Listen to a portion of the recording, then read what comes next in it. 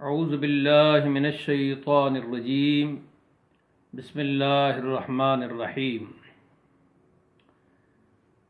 سامعین و ناظرین، اس وقت جب ہم آپ سے مخاطب ہیں، ماہ صفر المظفر 1441 ہجری ہے۔ اس ماہ مقدس کو کئی بزرگوں کے آراز سے نسبت حاصل ہے، جن میں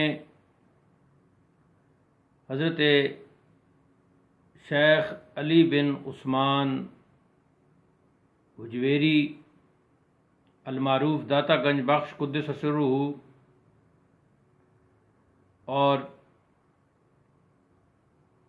اعلی حضرت مجدد دین و ملت الشاہ امام احمد رضا خان فاضل بریلوی قدس سرہ العزیز اور حضرت اعلی علامہ پیر سید مہر علی شاہ قدس سرہ العزیز اور باقی بھی بہت سی اعلیٰ شخصیات کے آراز اس ماہ مقدس میں ہوتے ہیں، تو ہم نے یہ ارادہ کیا تھا کہ ماہ صفر کے آغاز میں ہی ہم ملفوظات اعلی حضرت کا بھی توضیحی مطالعہ پیش کریں گے، مگر کثرت کار اور ہجوم اشغال کے باعث قدر تاخیر سے ہم یہ سلسلہ یعنی مطالعہ ملفوظات کا آغاز کرنے لگے ہیں۔ سامعین و ناظرین، اس میں ہمارا مقصد یہ ہے کہ جو لوگ از خود ملفوظات عالیہ کا مطالعہ نہیں فرما سکتے، ہم ان کے سامنے ایک طالب علم کی حیثیت سے یہ مطالعہ پیش کریں، اور جہاں حسب علم و فہم توضیح اور تشریح کی ضرورت ہو، ہم وہ بھی ساتھ ساتھ کرتے جائیں۔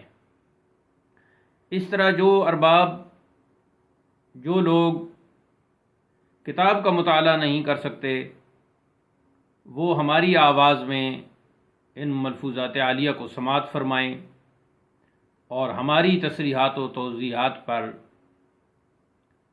یقین کریں۔ ملفوظات اعلی حضرت جیسا کہ مطالعہ کے دوران میں سامعین و ناظرین کو اندازہ ہوگا کہ بہت ہی منفرد، علمی، روحانی اور کئی دیگر علوم و فنون پر مشتمل ہیں۔ ان ملفوظات عالیہ کے مطالعہ سے معلوم ہوتا ہے کہ صاحب ملفوظ حضرت امام احمد رضا خان قدس سرہ کی شخصیت کتنی بھرپور ہے کہ عام گفتگو بھی کس قدر علمی، ادبی، روحانی، وجدانی، ایقانی اور عرفانی فرماتے تھے۔ یہ ملفوظات عالیہ آپ کے چھوٹے صاحبزادے حضرت مفتی اعظم ہند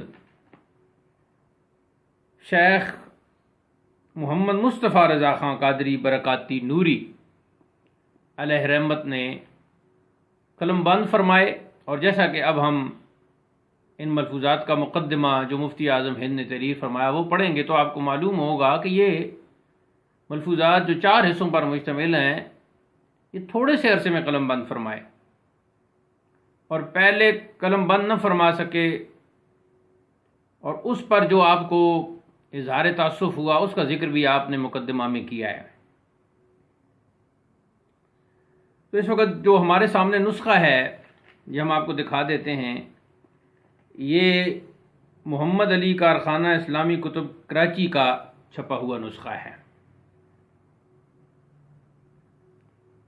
اب مجھے معلوم نہیں کہ یہ نسخہ اس وقت مارکیٹ میں اویلیبل ہے یا نہیں، تو اس میں اگرچہ کچھ کتابت کی اغلاط بھی ہیں، لیکن یہ ہماری ملکیت میں ہے تو ہم اس سے مطالعہ پیش کریں گے، اور ساتھ ہی ساتھ ہم نے جو دعوت اسلامی کے زیر اہتمام ملفوظات کا نسخہ چھپا ہے وہ بھی ہم نے PDF کی شکل میں حاصل کر لیا ہے، تو اس کو بھی ہم سامنے رکھیں گے تاکہ یہاں اگر کوئی لفظ ہمیں سمجھنے میں دقت ہو تو وہاں سے ہم دیکھ لیں، اور وہاں اگر کوئی لفظ درست نہ ہو تو اس کی تصحیح ہم ادھر سے دیکھ کے کر دیں۔ تو یوں یہ ملفوظات عالیہ کا مطالعہ تو ہوگا ہی، ساتھ ہی 2 اشاعتوں 2 طباعتوں کا مطالعہ بھی ہوگا انشاءاللہ۔ تو آج اس مطالعہ کی ملفوظات اعلیٰ حضرت کی پہلی قسط ہے، اور ہم آغاز حصہ ملفوظات اعلیٰ حضرت حصہ اول سے کرنے لگے ہیں، اور انشاءاللہ یہ سلسلہ جاری رہے گا۔ ماہ سفر میں تو تقریباً روزانہ کی بنیاد پر جاری رہے گا، اس کے بعد بھی جب تک یہ ملفوظات عالیہ کا مطالعہ تکمیل آشنا نہیں ہوتا تو سلسلہ چلتا رہے گا۔ اس سلسلے میں ہمیں سامعین و ناظرین کے تاثرات اور ان کی عالی آراء کا بھی انتظار رہے گا۔ اللہ تعالی ہم سب کا حامی و ناصر ہو۔ اب ہم باقاعدہ ملفوظات کے مطالعہ کا آغاز کرتے ہیں۔ بسم اللہ الرحمن الرحیم، نحمدہ ونصلی علی رسولہ الکریم۔ احسن المکتوبات وعمدۃ الملفوظات حمد مبدع انطق الموجودات۔ بہترین مکتوب لکھی ہوئی چیز، بہترین تحریر اور بہترین ملفوظات کہی ہوئی بات، حمد و مبدع، مبدع کی حمد ہے، اس کی تعریف ہے۔ مبدع سے مراد اللہ تعالیٰ کی ذات ہے، اور مبدع کا لفظی معنی ہے ابداع سے یہ نکلا ہے، یعنی چیزوں کا پیدا کرنے والا، بغیر نمونے کے چیزوں کا پیدا کرنے والا۔ اسی سے اللہ تعالیٰ کا اسم گرامی البدیع ہے۔ انطق الموجودات، جس نے تمام موجودات کو بولنا سکھایا، قوت گویائی عطا فرمائی۔ بِأَن لَا الٰہ الا اللہ ولا موجود الا اللہ، یہ بولنا سکھایا کہ اللہ کے سوا کوئی الہ نہیں، یعنی لائق عبادت نہیں، اور اللہ کے سوا کوئی موجود نہیں۔ یہ مشائخ کرام کا نظریہ وحدت الوجود ہے کہ حقیقت میں وجود صرف اللہ تعالیٰ کا ہے، تو پس وہی موجود ہوا، وہ ازل سے موجود ہے، ابد تک موجود رہے گا، لہٰذا لفظ موجود اسی کے شایان شان ہے۔ باقی جو مخلوقات ہیں ان کا وجود ذلی ہے، جیسے ایک درخت کا وجود ہو اور پھر دھوپ کے وقت اس کا سایہ ہو، تو سائے کا وجود محض سایہ ہے، محض ظل ہے۔